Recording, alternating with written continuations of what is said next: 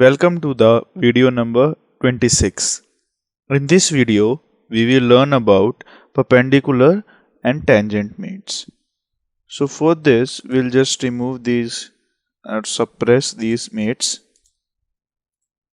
from the previous videos.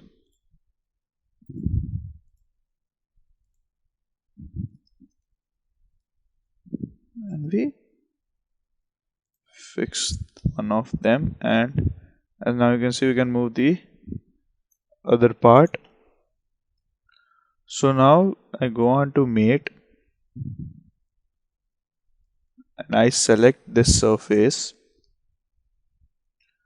and this surface. Now it automatically goes on to the coincident, but I'll go and select the perpendicular mate. So now you can see the perpendicular mate has been done. So I'll press OK. Now I'll go on and select these edges and make them coincident.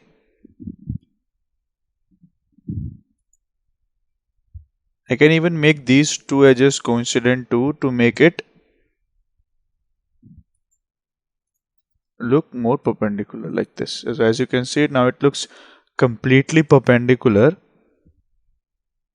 I can even add a distance for this. Suppose I need to want to add some distance, so for that I'll have to suppress the coincident mates.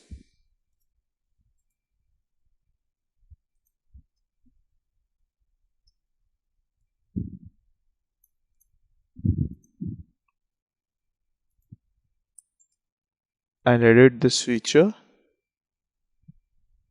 Now I'll add the distance. Suppose if I want it 50 millimeters away, I press OK. So now also this is in perpendicular distance. Now to talk about the tangent mate, we first introduce a new part which should be a circular so that we can introduce a tangent relation to it. Now we go on to the mate and select these two faces, and you can see the tangent part has been automatically selected because that's the only. I'll reverse the direction and I'll press OK.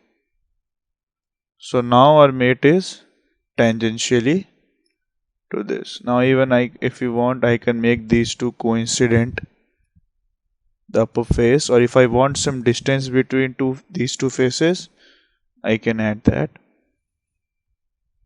And I'll just select the flip dimension if I want it above.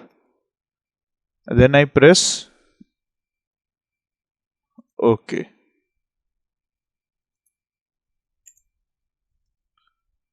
So this is all about the basic of perpendicular and tangent mates. Do check out the description box for quiz and answer them in the comment section.